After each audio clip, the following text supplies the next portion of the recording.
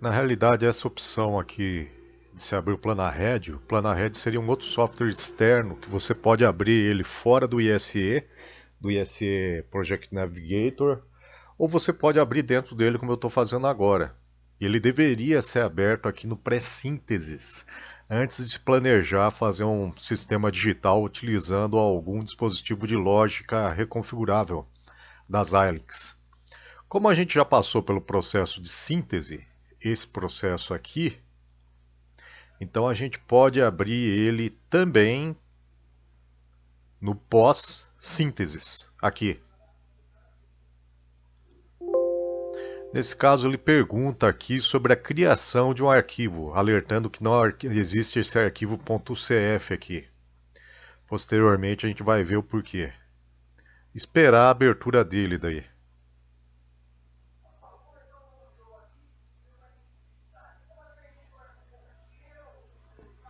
Agora o Planahead ele está abrindo aqui, inicializando. Nesse caso do pós-síntese, ele está inicializando a partir do projeto que já foi criado. Por isso que ele perguntou anteriormente se desejaria criar um novo arquivo para o projeto, o arquivo .cf. Esse arquivo .cf é o arquivo de Unconstrained User File, ou arquivos de restrição, arquivo de restrições do usuário.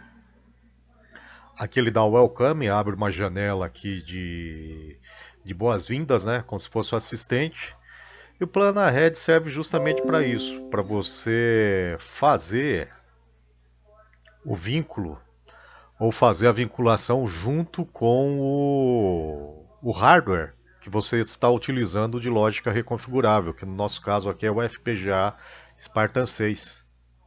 Aí ele mostra através do Planahead aqui desse software, dessa nova ferramenta aqui, a pinagem do FPGA que nós estamos utilizando. Com a pinagem dele é um BGA de 324 pinos, CSG 324. Os 324 pinos são mostrados aqui do FPGA. No caso é a vista de baixo do FPGA, já que é um encapsulamento BGA. Então BGA é Ball Grid Array. Essas bolinhas ou esferas, elas estão aqui, ó, os pads de conexão. Então os pinos do FPGA seriam esses daqui. E são classificados em uma matriz aqui quadrada, em linha e coluna. A linha dada pelas letras, né, de A V, e as colunas dadas por números, né, a numeração de 1 a 18. Totalizando 324 pinos. Só que desses pinos aqui, como a gente pode perceber, alguns são utilizados para alimentação, para a fonte ou sinal de nível lógico VCC, e outros para o terra, ou a referência daí. Seria o polo negativo, nível lógico baixo de referência, de alimentação. Então, alguns desses pinos são utilizados para alimentação, porque mesmo assim vão sobrar mais de 240 pinos aqui para serem utilizados como pinos gerais de entrada e saída de sinais digitais do FPGA. Então, para alimentar esses pinos e os circuitos dentro do próprio FPGA, existem muitos pinos aqui que são destinados à alimentação. Então, por exemplo, os pinos são classificados aqui em bancos, em 4 bancos aqui de pinos. Cada banco de pinos aqui, ele possui sua própria alimentação. Para quê? Para alimentar os sinais digitais dentro do FPGA, dos circuitos configurados dentro do FPGA, e para os próprios ports, ou para os pinos de entrada e saída do FPGA. Então, se tiver algum pino que for fornecer um sinal de nível lógico alto para o circuito externo ao FPGA, ele necessita de uma alimentação interna. Então são esses pinos de alimentação aqui responsáveis por cada banco de pinos aqui. Então esses 324 pinos aqui, alguns são utilizados para alimentação e o restante é dividido em quatro grupos. Daí, que são esses grupos aqui, ó. Fora isso, a gente pode observar também numa aba aqui em cima o dispositivo, ou os circuitos lógicos que compõem esse dispositivo. O nosso caso aqui desse FPGA XC6-SLX16 da família Spartan 6, ele divide os componentes lógicos deles, ou os circuitos que vão formar a interconexão entre eles e os circuitos lógicos em 8 bancos, ou em 8 grupos aqui de circuitos lógicos, que a gente pode chamar. De acordo com o fabricante, eles dão o nome de dispositivo lógico, grupo lógico. No caso desse FPGA aqui, ele fala em slice registers, ou logic slices, fatias lógicas. Essas fatias, elas estão identificadas aqui, ó. Então ele se constitui de muitas dessas chamadas fatias lógicas aqui inseridas dentro do FPGA. Então seriam esses circuitos aqui, ó. E eles são identificados aqui embaixo com cada um deles, cada quadro desses aqui. Esses slices constituem a tecnologia desse FPGA aqui para reconfigurar os circuitos ou configurar os circuitos digitais dentro deles. Eles são compostos basicamente pela tecnologia de LUT. Esses blocos aqui dentro dele. Aqui, ó. LUT.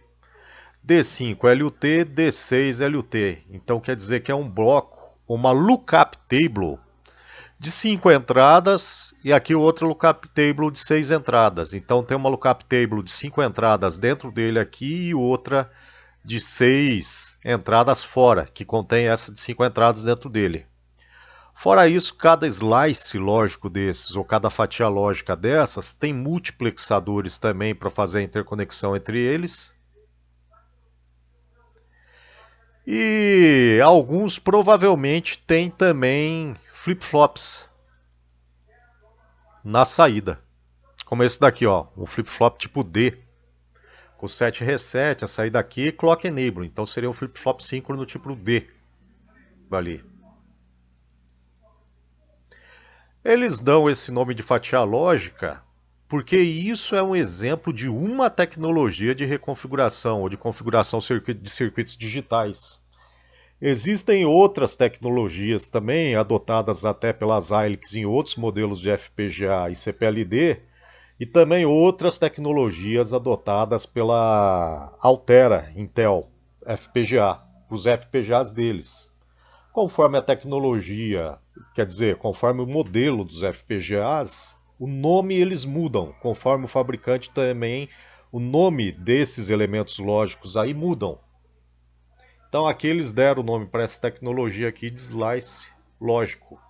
E encheram, colocaram diversos grupos ou diversos desses slices lógicos dentro de um FPGA. Aqui, ó.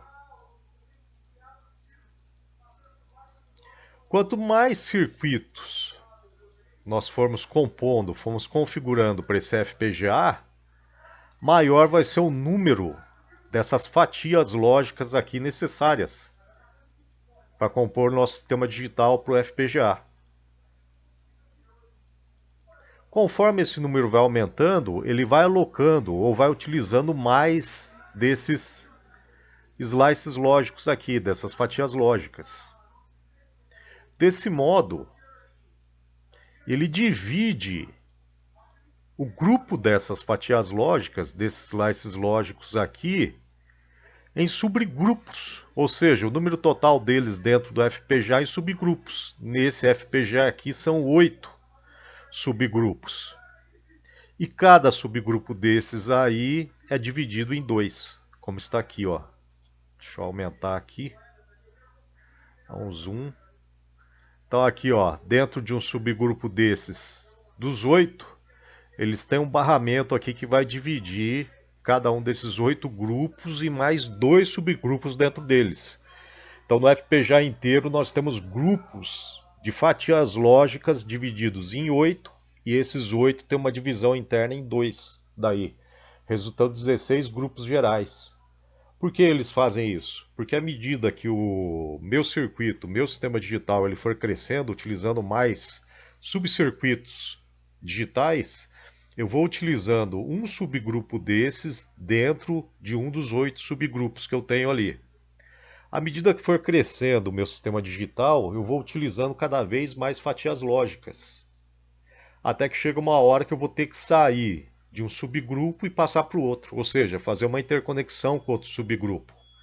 As interconexões entre as entradas e saídas dos circuitos que eu criar, elas são também configuráveis, ou seja, elas são circuitos também, que são circuitos de chaveamento eletrônico. Então eu vou passar a efetuar a conexão ou a interconexão entre as fatias lógicas de um subgrupo para as fatias lógicas do outro subgrupo daí.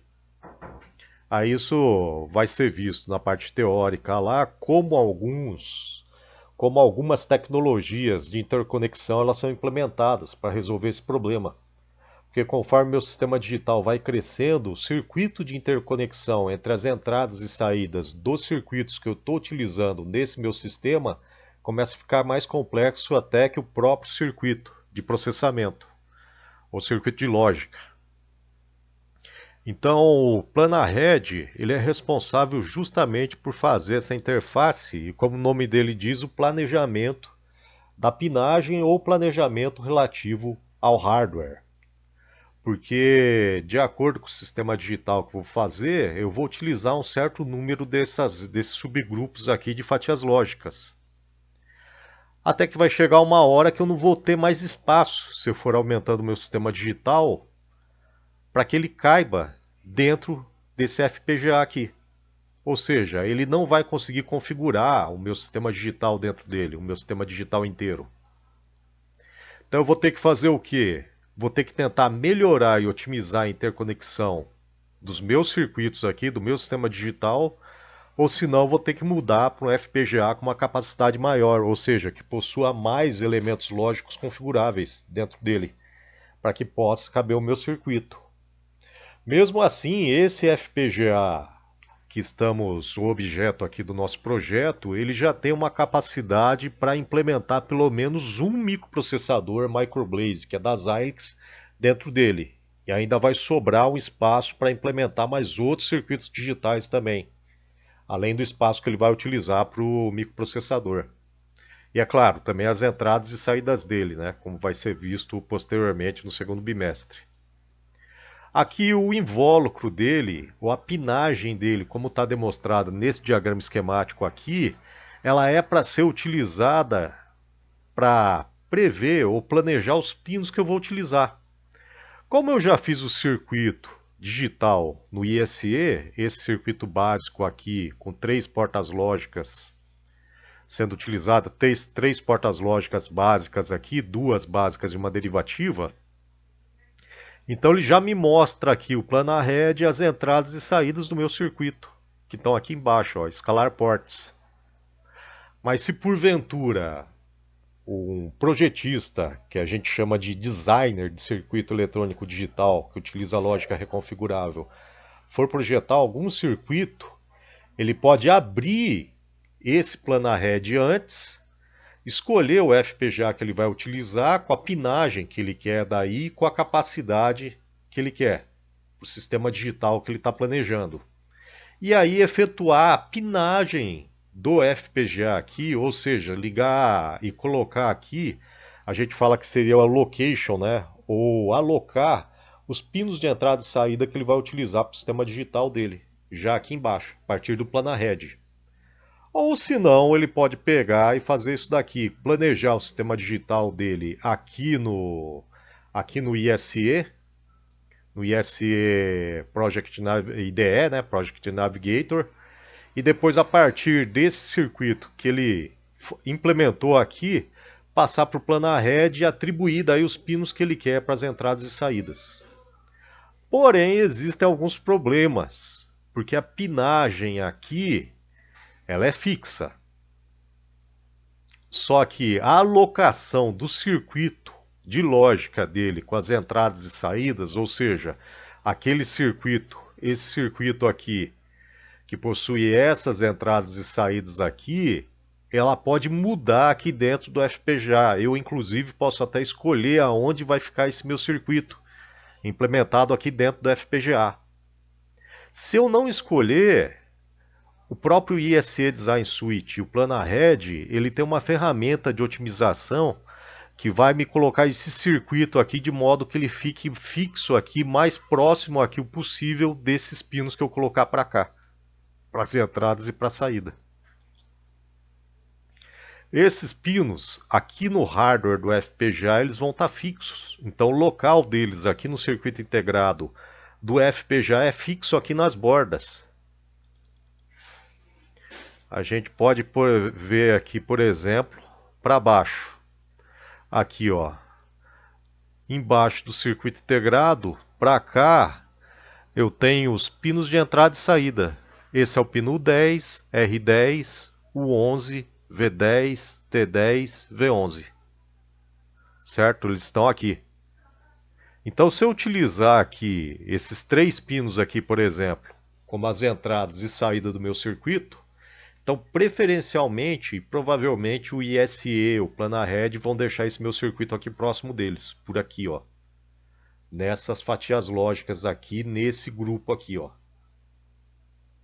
Por quê? Porque daí o circuito de conexão às entradas e saídas físicas, que seriam os pinos, vão estar mais próximos, vão estar aqui, ó.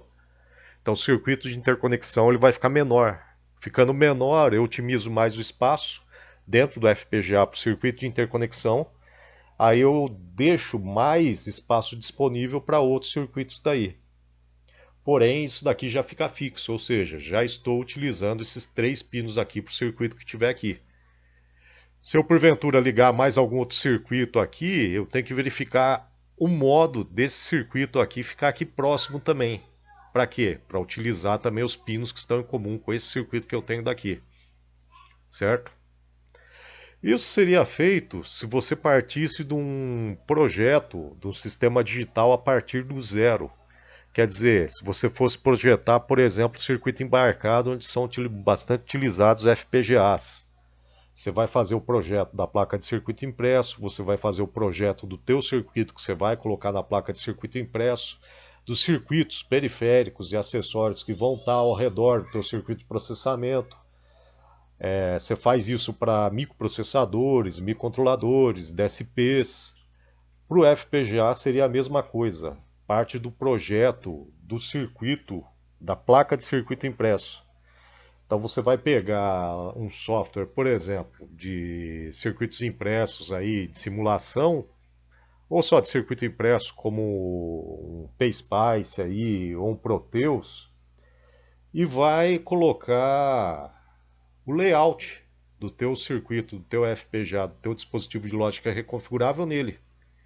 E a partir desse layout você vai conectar os circuitos periféricos. Então é LED, displays, seriam o dispositivo de entrada como teclados, seriais e assim por diante. Vai conectando eles para cá. Dessa forma, você necessitaria pegar e acessar o Planahead aqui antes ou depois de se efetuar o circuito digital aqui em lógica reconfigurável. Então, o Planahead é um software à parte justamente destinado a isso. Você pode utilizar ele com ISE ou sem o ISE aberto. O ISE também, você pode utilizar o Planahead junto dele ou fora dele também. Como no nosso caso o circuito já veio pronto, que seria um kit de desenvolvimento, então a gente não precisa se preocupar com essa pinagem aqui, ou com o Planahead, porque essa pinagem aqui já foi feita. Então, sendo kit de desenvolvimento, ele é uma placa. Essa placa já está pronta. Então, essa pinagem já veio pronta para nós, para utilizarmos na disciplina ali. Então, aqui a gente pode fechar o Planahead, dar um OK. E aqui, a hora que nós abrimos a ferramenta, ele criou e perguntou se desejaria a criação de um arquivo, que esse é o arquivo aqui, o CF. O que seria esse arquivo? Esse arquivo aqui seria justamente a pinagem que é feita no Planahead. Está aqui, está vazia porque eu não atribuí nenhum pino desse meu circuito digital que foi configurado aqui ao FPGA. Então não atribuí nenhuma entrada e saída aqui a algum pino do FPGA. Então esse arquivo meu aqui está vazio. Ele fica vazio, né? Mas foi criado automaticamente e aqui embaixo do meu arquivo de diagrama esquemático significa que ele está vinculado a esse diagrama esquemático, a esse arquivo aqui. Então esse arquivo seria referente à pinagem que eu vou utilizar para esse meu circuito aqui. Aí disso eu posso deixar, por exemplo, esse arquivo foi criado, ele vai estar no diretório do projeto de vocês ali. Deixa eu ver aqui, é o UCF. Então F5. Aqui, ó. Esse arquivo aqui que é o User Constrained File. Fora isso, ele criou mais outros arquivos e outros subdiretórios. Por exemplo, aqui, ó, do Planahead. Que foi só de abrir o Planahead, ele já criou alguns diretórios aqui. Essa daqui ele criou até o diretório RAM3 do Planahead, porque eu efetuei 3 tentativas, ou eu abri e fechei o Planahead já 3 vezes. Então aqui, por exemplo, esse diretório aqui ele traz um log da abertura do Planahead, da última vez que eu abri, né? Aqui, por exemplo, o log de abertura dele. E traz também o projeto aqui que está vinculado ao Planahead. Então tem o projeto Planahead e tem o projeto do ISE. Eu posso começar o projeto por um ou por outro, tanto faz daí.